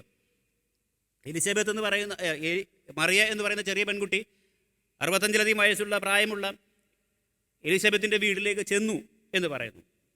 അതിൻ്റെ അവസാനം വായിച്ച് അവസാനിപ്പിക്കുന്നത് അങ്ങനെ അവൾ ഏകദേശം 3 മാസക്കാലം അവിടെ പാർത്തു എന്നുള്ളത്. മറിയ പോയി എലിസബത്തിനോട് 3 മാസം പാർത്തു എന്നുള്ളത് തമ്മിലുള്ള കൂട്ടായ്മ ബന്ധത്തെ സൂചിപ്പിക്കുന്ന ഒന്നാണ്. തനിക്ക് ഉണ്ടായ അതേ അനുഭവം മറ്റൊരു സ്ത്രീക്ക് സംഭവിച്ചു എന്ന് പറഞ്ഞറിയാം. തനിക്ക് കിട്ടിയ ദൈവകൃപകൾ കൊണ്ടും ഒളിച്ചിരിക്കാതെ മാറിയിരിക്കാതെ അതേ അനുഭവം പരസ്പരം പങ്കുവെക്കുകയും അതിൻ്റെ സന്തോഷവും അതിൻ്റെ ആഹ്ലാദവും പരസ്പരം പങ്കുവെക്കുന്ന ഒരു അനുഭവത്തെക്കുറിച്ചാണ് സൂചിപ്പിക്കുന്നത്. ക്രിസ്തീയ വിശ്വാസം എന്ന് പറയുന്നത് ഈ കൂട്ടായ്മ അനുഭവത്തിലുള്ള ജീവിതമായിരിക്കണം എന്നുള്ളത്. പരസ്പരം പങ്കുവെച്ചും പരസ്പരം സ്നേഹിച്ചും നിരന്തര കൂട്ടായ്മയിലും പരസ്പരം സൗഹൃദത്തിലും സാഹോദര്യത്തിലും ജീവിക്കാൻ കഴിയുന്ന ഒരനുഭവം, പരസ്പരം താങ്ങും തണലുമായി ഇരിക്കാൻ കഴിയുന്ന ഒരനുഭവത്തിൽ നമുക്ക് ജീവിക്കാൻ കഴിയണം. അങ്ങനെ ഇരിക്കുന്ന അനുഭവത്തിനാണ് കർത്താവിനായി കാത്തിരിക്കുക എന്ന് നമുക്ക് പറയാനായിട്ട് കഴിയും. അപ്പോസ്തലപ്രവൃത്തികളുടെ പുസ്തകം 28-ാം അധ്യായം 29-30 വാക്യങ്ങൾ വായിക്കുന്നത് അവസാന വാക്യങ്ങൾ. അപ്പോസ്തലപ്രവൃത്തികളുടെ പുസ്തകങ്ങളുടെ അവസാന വാക്യങ്ങൾ ഇങ്ങനെയാണ്: തൻ്റെ അടുക്കൽ വരുന്നവരൊക്കെയും കൈക്കൊണ്ടും ദൈവത്തിൻ്റെ സുവിശേഷം നിർവിഘ്നം പ്രസംഗിച്ചുകൊണ്ട് അവൻ സുവിശേഷം അറിയിച്ചു എന്നുള്ളത്. പൗലോസ് അപ്പോസ്തലനെ കുറിച്ച് പറഞ്ഞ് അവസാനിപ്പിക്കുന്ന വാക്യങ്ങളാണ്. താൻ വാടകയ്ക്കെടുത്ത വീട്ടിൽ 2 വർഷം താമസിച്ചു, തൻ്റെ അടുക്കൽ വരുന്നവരൊക്കെയും കൈക്കൊണ്ടു എന്നുള്ളത്. റോമ പട്ടണത്തിൽ ഇരുന്നു കൊണ്ടാണ് ഈ കാര്യം പറയുന്നത്. എന്നാൽ പൗലോസിൻ്റെ ഒരു സ്വഭാവമായിരുന്നു തൻ്റെ അടുക്കൽ വരുന്നവരൊക്കെ കൈക്കൊള്ളുക എന്നുള്ളത്. ഈ സൗഹൃദത്തിലും സാഹോദര്യത്തിലും തൻ്റെ അടുക്കൽ വരുന്നവരെയൊക്കെ കൈക്കൊണ്ട് അവരോട് ദൈവത്തിൻ്റെ സന്തോഷവും സുവിശേഷവും പങ്കുവെച്ച് ജീവിച്ച ഒരു മനുഷ്യനായിരുന്നു. പക്ഷെ ക്രിസ്തീയ ജീവിതം ഈ ലോകത്തിൽ അർത്ഥപൂർണ്ണമാകുന്നത് നമുക്ക് പരസ്പരം ഈ സ്നേഹബന്ധത്തിൽ ജീവിക്കാനായിട്ട് കഴിയുമ്പോൾ, സാഹോദര്യത്തിൽ ജീവിക്കാൻ കഴിയുമ്പോൾ, പരസ്പരം പങ്കുവെക്കുന്നതിലൂടെയും പരസ്പരം സഹവർത്തിത്വത്തിലും പരസ്പരം താങ്ങും തണലുമായി ജീവിക്കുന്ന ഒരു അനുഭവത്തിലാണ് ക്രിസ്തീയ സാക്ഷ്യം നിലനിൽക്കുന്നത് എന്നുള്ളത് മനസ്സിലാക്കണം. 133-ാം സങ്കീർത്തനം ഈ സാഹോദര്യത്തിൻ്റെ ഒരു മകുട ഉദാഹരണമാണ്. ഇതാ സഹോദരന്മാർ ഒത്തൊരുമിച്ച് വസിക്കുന്ന എത്ര ശുഭവും എത്ര മനോഹരവുമാകുന്നു. ആരാധനയ്ക്കായി പോകുന്ന യെരുശലേം ദേവാലയത്തിലേക്ക് ആരാധനയ്ക്കായി കയറി പോകുമ്പോൾ ഒരു പാടുന്ന പാട്ടുകളാണ് ആരോഹണ ഗീതങ്ങൾ. ആ ഗീതത്തിൽ ഏറ്റവും പ്രധാനപ്പെട്ട ഒരു ഗീതമാണ് 133-ാം സങ്കീർത്തനം. ഇതാ സഹോദരന്മാർ ഒത്തൊരുമിച്ച് വസിക്കുന്നത് എത്ര ശുഭവും എത്ര മനോഹരവുമാകുന്നു. എന്നിട്ട് ആ സങ്കീർത്തനം അവസാനിപ്പിക്കുന്നത് അവിടെയല്ലോ യഹോവ ശാശ്വതമായ ജീവനും അനുഗ്രഹവും കൽപ്പിക്കുന്നത്. സഹോദരന്മാർ ഒത്തൊരുമിച്ച് വസിക്കുന്നിടത്താണ്, സഹോദരന്മാർ ഒരുമിച്ച് പങ്കുവെച്ച് സ്നേഹം പങ്കുവെച്ച് സന്തോഷം പങ്കുവെച്ച് അവരുടെ ഭാരങ്ങൾ പങ്കുവെച്ച് ഒരുമിച്ച് ജീവിക്കുന്നിടത്താണ് യഹോവ ശാശ്വതമായ ജീവൻ സമൃദ്ധിയായ ജീവനും ദൈവത്തിൻ്റെ അനുഗ്രഹങ്ങളും നിറഞ്ഞിരിക്കുന്നത് എന്നാണ് രേഖപ്പെടുത്തിയിരിക്കുന്നത്. പക്ഷേ നമുക്ക് കാത്തിരിക്കേണ്ടത് ഈ നാളുകളിൽ സഭ ആകാംക്ഷയോടെ കാത്തിരിക്കുമ്പോൾ നമുക്ക് ഈ പരസ്പരം പങ്കുവെച്ചും നമ്മുടെ സ്നേഹം പങ്കുവെച്ച് നമ്മുടെ സങ്കടം പങ്കുവെച്ച് നമ്മുടെ വിഭവങ്ങൾ പങ്കുവെച്ച് നമുക്ക് പരസ്പരം സ്നേഹത്തിലും സാഹോദര്യത്തിലും ജീവിക്കാൻ കഴിയുന്നൊരു അനുഭവത്തിലാണ് ക്രൈസ്തവ സാക്ഷ്യമുള്ള സഭയായി നമുക്ക് ജീവിക്കാനായിട്ട് കഴിയുന്നത്. തെസ്സലോനിക്കർക്ക് 1-ാം ലേഖനം എഴുതുമ്പോൾ അതിൻ്റെ 5-ാം അധ്യായത്തിൻ്റെ 1-ാം വാക്യത്തിൽ ഇങ്ങനെയാണ് രേഖപ്പെടുത്തിയിരിക്കുന്നത്: സഹോദരന്മാരെ, കാലങ്ങളെയും സമയങ്ങളെയും കുറിച്ച് നിങ്ങളെ അറിയിപ്പാൻ ആവശ്യമില്ല. കള്ളൻ രാത്രിയിൽ വരുന്നത് പോലെ കർത്താവിൻ്റെ നാൾ വരും. ഇവിടെ തെസലോനിക്ക സഭയോട് പൗലോസ് അപ്പോസ്തലൻ വളരെ കൃത്യമായി പറഞ്ഞ് ആരംഭിക്കുന്നത് ഇങ്ങനെയാണ്: സഹോദരന്മാരെ, കാലങ്ങളെക്കുറിച്ചും സമയങ്ങളെക്കുറിച്ചും നിങ്ങളോട് പറയേണ്ട ആവശ്യമില്ല, അത് പെട്ടെന്ന് സംഭവിക്കുന്ന ഒന്നാണ്. കള്ളൻ എപ്രകാരമാണ് രാത്രി വരുന്നത്, അതുപോലെ കർത്താവിൻ്റെ നാൾ വരും. താഴേക്ക് വായിക്കുമ്പോൾ പിന്നെ എങ്ങനെയാണ് ക്രിസ്തീയ വിശ്വാസി ഒരുങ്ങേണ്ടത് എന്ന് രേഖപ്പെടുത്തിയിട്ടുണ്ട്. അതിൻ്റെ 14-ാം വാക്യത്തിൽ ഇങ്ങനെയാണ് വായിക്കുന്നത്: ക്രമം കെട്ടവരെ ബുദ്ധി ഉപദേശിപ്പിൻ, ഉൾക്കരുത്തില്ലാത്തവരെ ബലപ്പെടുത്തുവിൻ, ബലഹീനരെ താങ്ങുവിൻ. ഇവിടെ കർത്താവിൻ്റെ വരവ് അപ്രതീക്ഷിതമായി സംഭവിക്കും എന്ന് പറഞ്ഞിട്ട് ആരംഭിച്ച് താഴേക്ക് വരുമ്പോൾ ഒരു ക്രിസ്തീയ വിശ്വാസി എങ്ങനെയായിരിക്കണം? ഇവിടെ പറയുന്നത് പരസ്പരം താങ്ങും തണലുമായി നിൽക്കുന്ന ഒരു അനുഭവം.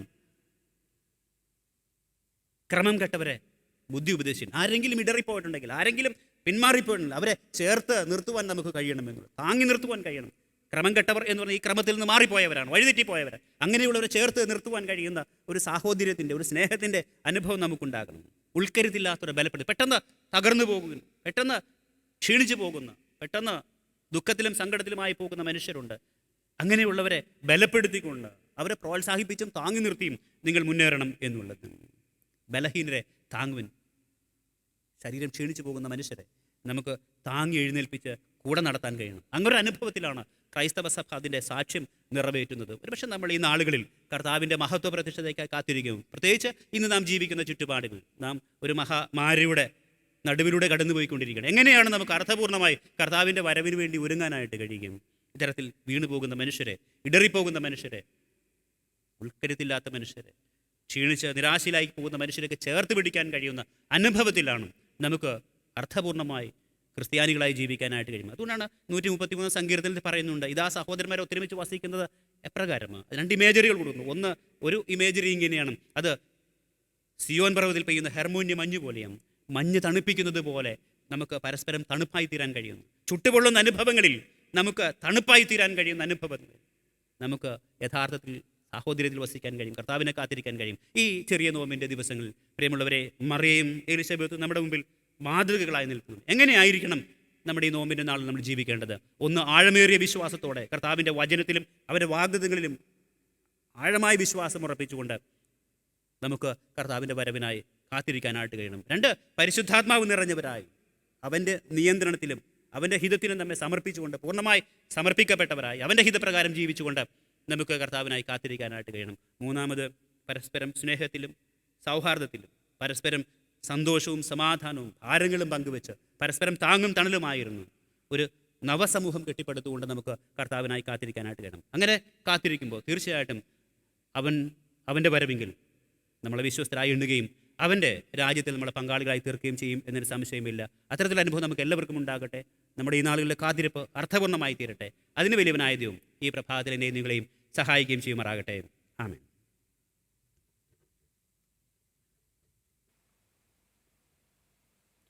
നമുക്കെല്ലാവർക്കും ചേർന്ന് അപ്പോസ്തല വിശ്വാസ പ്രമാണം ഏറ്റുചൊല്ലാം.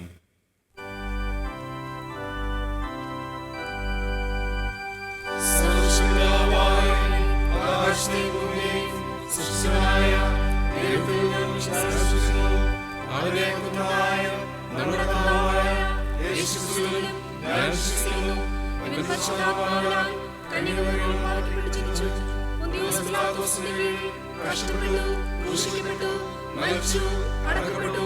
അവൻ പാതാളത്തിൽ ഇറങ്ങി, 3-ാം ദിവസം മരിച്ചവരിൽ നിന്ന് പിന്നെയും ഉയർത്തെഴുന്നേറ്റു. അവൻ സ്വർഗ്ഗത്തിലേക്ക് കയറി സാക്ഷികളായി ദൈവത്തിന്റെ മുമ്പാകെ കാത്തിരിക്കുന്നു.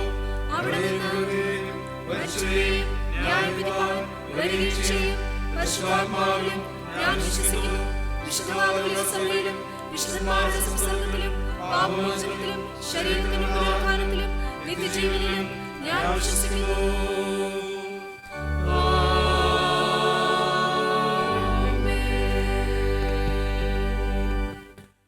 അറിയിപ്പുകൾ.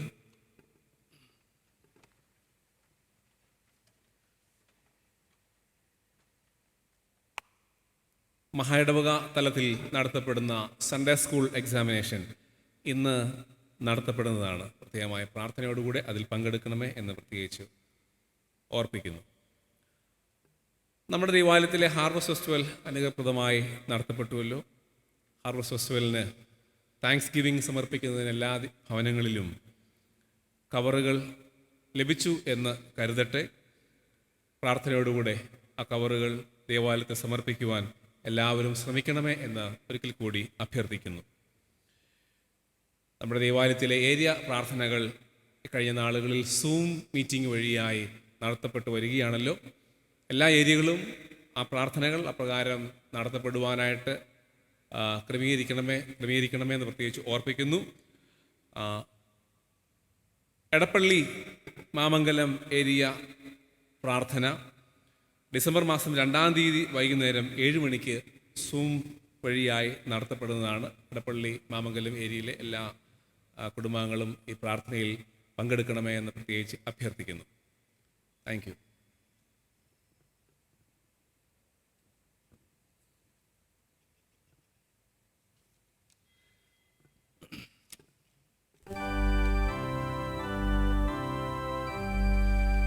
കർത്താവ് നിങ്ങളോടുകൂടി ഇരിക്കട്ടെ. നമുക്ക് പ്രാർത്ഥിക്കാം. കർത്താവേ, ഞങ്ങളോട് കരുണയുണ്ടാകണമേ.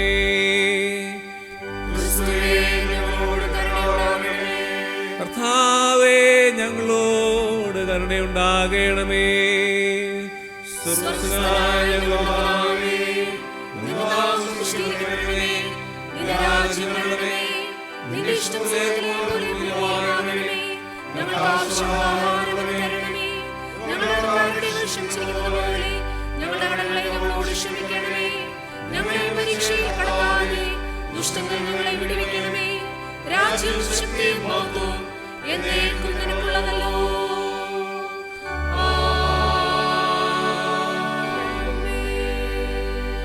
ഇന്നത്തേക്കുള്ള പ്രത്യേക അപേക്ഷ ആഗമന ഞായർ.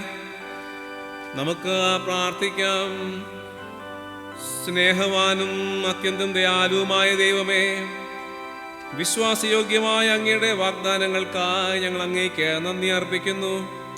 യേശു ക്രിസ്തുവിലൂടെയുള്ള സന്തോഷവും സമാധാനവും പ്രത്യാശയും രക്ഷയും നൽകുന്ന സർവ്വവ്യാപിയായ ദൈവമേ, സകല വിശുദ്ധന്മാരോടും കൂടെ കർത്താവായ യേശു ക്രിസ്തുവിന്റെ രക്ഷയുടെ പൂർണ്ണതയ്ക്കായി വാഞ്ചിക്കുവാനും അപ്രകാരം ജീവിക്കുന്നതിനാവശ്യമായ കൃപയും രക്ഷയിലേക്കുള്ള സന്തോഷവും ഞങ്ങളുടെ ജീവിതത്തിലുടനീളം നൽകുമാറാകണമേ.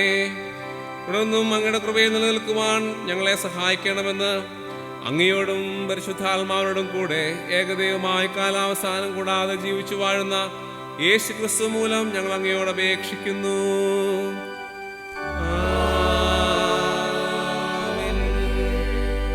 സമാധാനത്തിനു വേണ്ടിയുള്ള അപേക്ഷ. ദൈവമേ, സകല വിശുദ്ധ ആഗ്രഹങ്ങളും സകല നല്ല ആലോചനകളും സകല നീതിയുള്ള പ്രവൃത്തികളും നിങ്ങൾ നല്ലോ വരുന്നത് നിന്റെ കൽപ്പനകൾ അനുസരിച്ച് നടക്കുവാനായിട്ട് ഞങ്ങളുടെ ഹൃദയങ്ങൾ ഒരുങ്ങിയിരിക്കുവാനും ഞങ്ങൾ നിന്റെ ശത്രുഭയം കൂടാതെ കാക്കപ്പെട്ട് ആശ്വാസത്തോടും ശാന്തതയോടും ഞങ്ങളുടെ കാലം കഴിക്കുവാനും ലോകത്തിന് തരുവാൻ കഴിയാത്ത സമാധാനം ഞങ്ങളുടെ രക്ഷിതാവായ യേശു ക്രിസ്തുവിന്റെ യോഗ്യതകൾ മൂലം നിന്റെ അടിയാരായി ഞങ്ങൾക്ക് നൽകണമേ.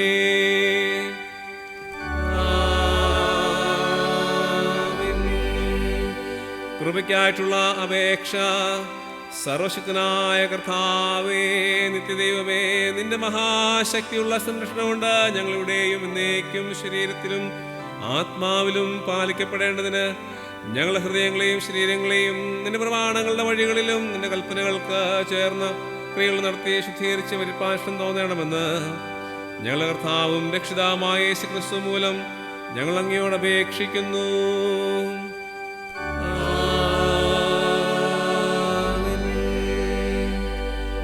മധ്യസ്ഥ പ്രാർത്ഥനകൾക്കായിട്ട് നമുക്ക് തലകളെ വണക്കാം. നമ്മെ തന്നെ ദൈവങ്ങളിലേക്ക് സമർപ്പിച്ചുകൊണ്ട് പ്രാർത്ഥനയ്ക്കായിട്ട് ഒരുങ്ങാം.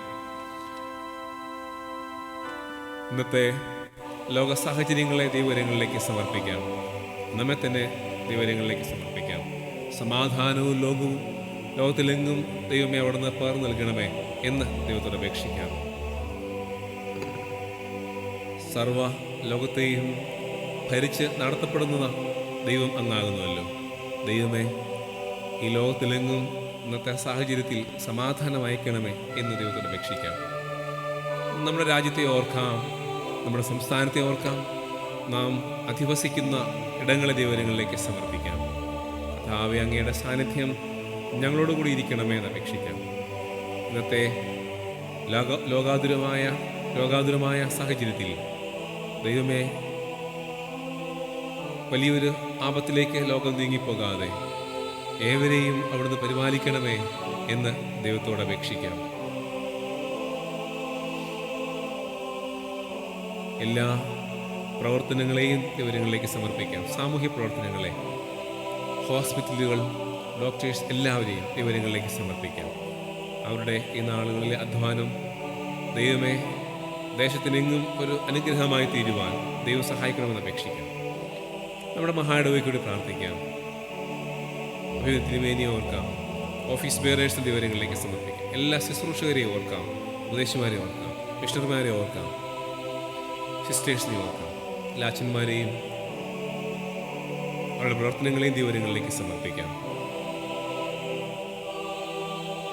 CSA സഭയെ മുഴുവനായ വിവരങ്ങളിലേക്ക് സമർപ്പിക്കാം.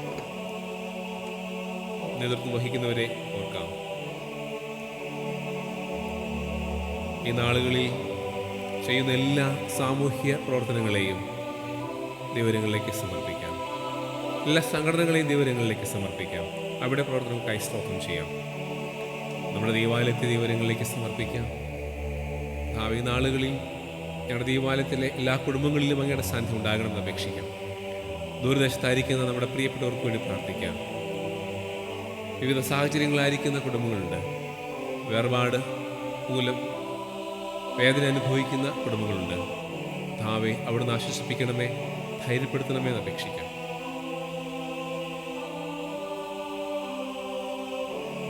രോഗത്താലും ദുഃഖത്താലും ഭാരപ്പെടുന്ന കുടുംബങ്ങളുണ്ട്.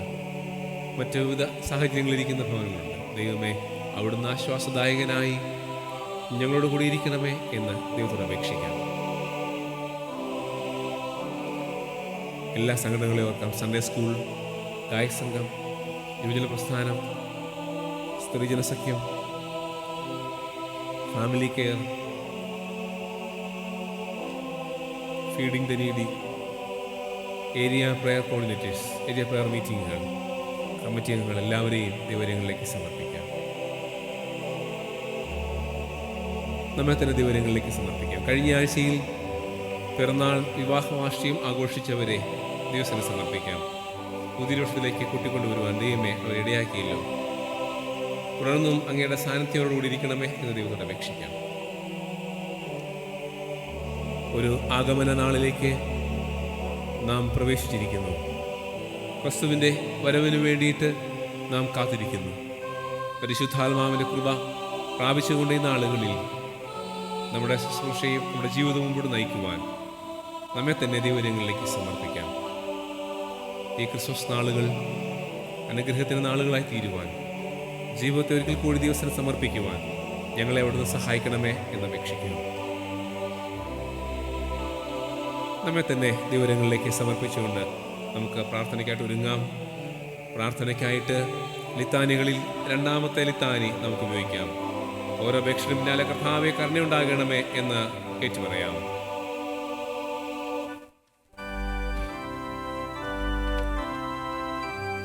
മേലിലുള്ള സമാധാനത്തിനു വേണ്ടിയും നമ്മുടെ ആത്മാക്കൾ രക്ഷയ്ക്കും വേണ്ടിയും നമുക്ക് കർത്താവിനോട് പ്രാർത്ഥിക്കാം.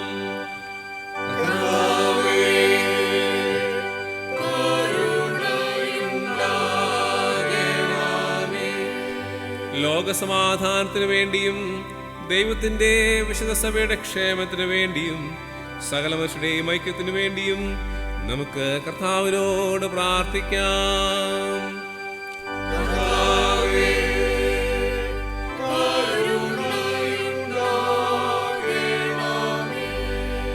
സഭാ മേൽദക്ഷന്മാർക്ക് വേണ്ടിയും എല്ലാ ശുശ്രൂഷകർക്ക് വേണ്ടിയും വിശേഷാൽ നമ്മുടെ മോഡർക്ക് വേണ്ടിയും ഉത്തരേന്ത്യ സഭയുടെ മോഡറേറ്റർക്ക് വേണ്ടിയും മാർത്തോമാ സഭ മെത്രാപ്പോലത്തേക്ക് വേണ്ടിയും റൈറ്റ് റവറൻഡ് ബിയൻഫൻ നമ്മുടെ ബിഷപ്പിന് വേണ്ടിയും അവർ ശുദ്ധ ഹൃദയത്തോട് നല്ല മനസാക്ഷിയോടും കൂടെ തങ്ങളുടെ ശുശ്രൂഷയെ നിവർത്തിക്കേണ്ടതിനും നമുക്ക് കർത്താവിനോട് പ്രാർത്ഥിക്കാം.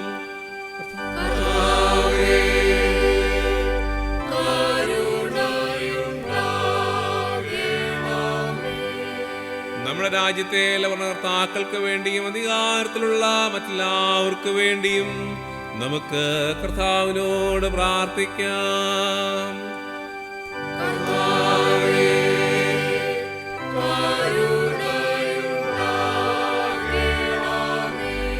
രോഗികൾക്കും കഷ്ടപ്പെടുന്നവർക്കും ദുഃഖിതർക്കും മരിക്കാറായവർക്കും വേണ്ടി നമുക്ക് കർത്താവിനോട് പ്രാർത്ഥിക്കാം.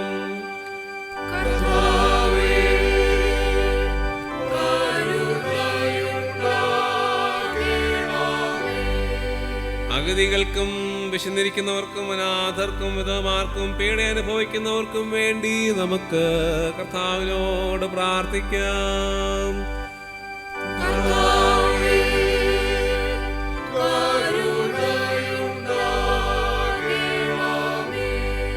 അന്ധകാരത്തിൽ നിന്ന് തന്റെ അത്ഭുത പ്രകാശത്തിലേക്ക് നമ്മെ വിളിച്ചവന്റെ സദ്ഗുണങ്ങൾ ഘോഷിക്കുവാൻ തക്കവണ്ണം നമുക്ക് വേണ്ടിയും ക്രിസ്തുവിൻ നാമം ഏറ്റുപറയുന്ന ഏവർക്ക് വേണ്ടിയും നമുക്ക് കർത്താവിനോട് പ്രാർത്ഥിക്കാം.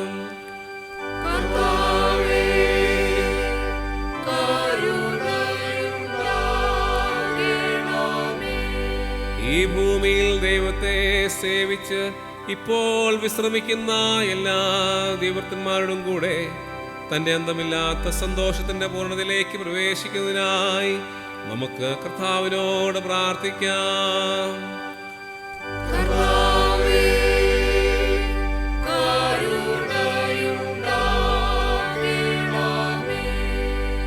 നമുക്ക് പ്രാർത്ഥിക്കാം. സർവശക്തനായ കർത്താവേ, നിന്റെ ആത്മാവ് ശരീരമാകുന്ന സഭയെ മുഴുവനും ഭരിച്ച് ശുദ്ധീകരിക്കുന്നുവല്ലോ. നിന്റെ വിശുദ്ധ സഭയിലെ എല്ലാ വിധത്തിലുമുള്ള ജനങ്ങൾക്ക് വേണ്ടി ഞങ്ങൾ കഴിക്കുന്ന അപേക്ഷകളും പ്രാർത്ഥനകളും കൈക്കൊള്ളണമേ. അതിലുള്ള ഓരോരുത്തരും അവനവന്റെ വെളിയിലും ശുശ്രൂഷയിലും നിന്നെ സത്യത്തോടും ഭയത്തോടും സേവിക്കേണ്ടതിന് ഞങ്ങളുടെ കർത്താവും രക്ഷിതാവുമായ യേശുക്രിസ്തു മൂലം ഞങ്ങൾക്ക് കൃപ അരുളേണമേ.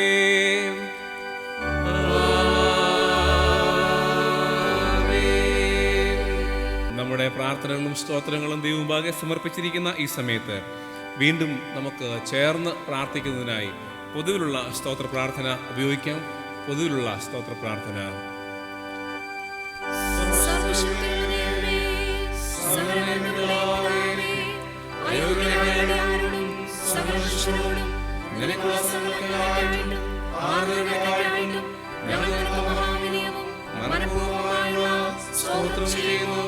ഞങ്ങളെ സൃഷ്ടിച്ചതിനും പരിപാലിക്കുന്നതിനും ഈ ആയുസ്സിലെ സകല അനുഗ്രഹങ്ങൾക്ക് വേണ്ടിയും എല്ലാറ്റിനും മേലായി ഞങ്ങളുടെ കർത്താവായ യേശുക്രിസ്തു മൂലം ലോകത്തെ വീണ്ടെടുത്ത നിന്റെ വിലമതിച്ചുകൂടാത്ത സ്നേഹത്തിന് വേണ്ടിയും പ്രഭാവങ്ങൾക്ക് വേണ്ടിയും മഹത്വത്തിന്റെ പ്രത്യാശയ്ക്ക് വേണ്ടിയും ഞങ്ങൾ നിന്നെ സ്തുതിക്കുന്നു. ഞങ്ങളുടെ ഹൃദയങ്ങൾ മായം കൂടാതെ നന്ദിയുള്ളവരായി തീരേണ്ടതിനും നിന്നെ സേവിക്കുന്നതിന് ഞങ്ങളെ ഏൽപ്പിച്ച ഞങ്ങളുടെ നാളുകളെയും വിശുദ്ധിയോടും നീതിയോടും നിന്റെ മുമ്പാകെ നടന്ന് അങ്ങനെ ഞങ്ങളുടെ ആദരങ്ങൾ കൊണ്ട് മാത്രമല്ല ഞങ്ങളുടെ നടപ്പിലും കൂടെ നിന്റെ സ്തുതിയെ പ്രസിദ്ധപ്പെടുത്തേണ്ടതിനും നിന്റെ സകല കർമ്മങ്ങളെയും കുറിച്ച് തക്കതായ ബോധം ഞങ്ങൾക്ക് തരണമെന്ന് ഞങ്ങളുടെ കർത്താവായ യേശുക്രിസ്തു മൂലം ഞങ്ങൾ നിന്നോട് അപേക്ഷിക്കുന്നു. അവനും നിനക്കും പരിശുദ്ധാത്മാവിനും സകല ബഹുമാനവും മഹത്വവും കാലാവസാനം കൂടാതെ ഉണ്ടായിരിക്കണമേ.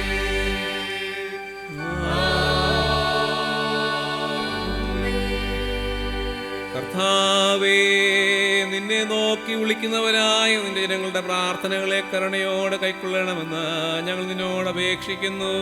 ഇന്നിന്ന കാര്യങ്ങളെ ചെയ്യേണ്ടതാകുന്നു കണ്ടറിയുവാനും അവയെ വിശ്വസ്തയോടെ നിവർത്തിക്കുവാൻ അവർക്ക് കൃപയും ശക്തിയും ലഭിക്കുവാനും ഞങ്ങളുടെ കർത്താവായ യേശു മശിഹാ മൂലം ഞങ്ങൾക്കെല്ലാവർക്കും കൃപ അരുളേണമേ.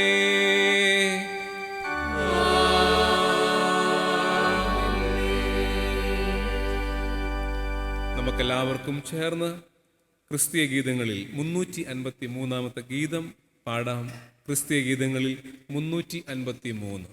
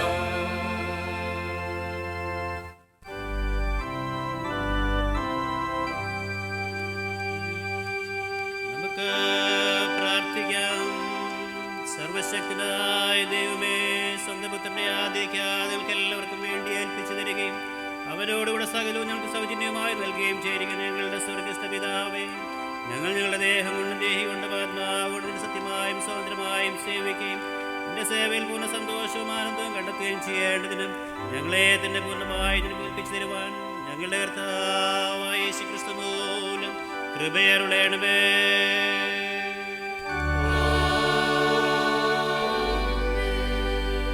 വിശ്വാസമുള്ള ഹൃദയങ്ങളോടെ കർത്താവിൻ്റെ ആശീർവാദം കൈക്കൊള്ളുവിൻ.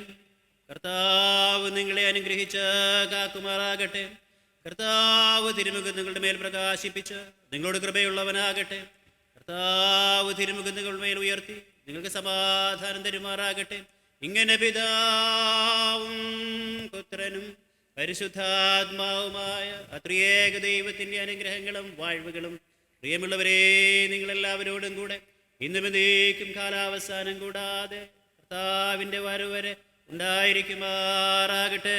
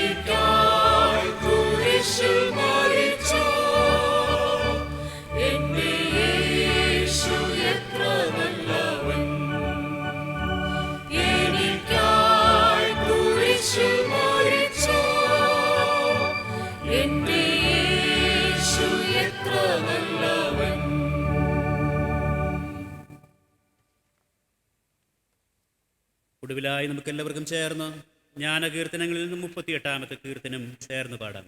ജ്ഞാനകീർത്തനങ്ങളിൽ നിന്നും 38-ാമത്തെ കീർത്തനം.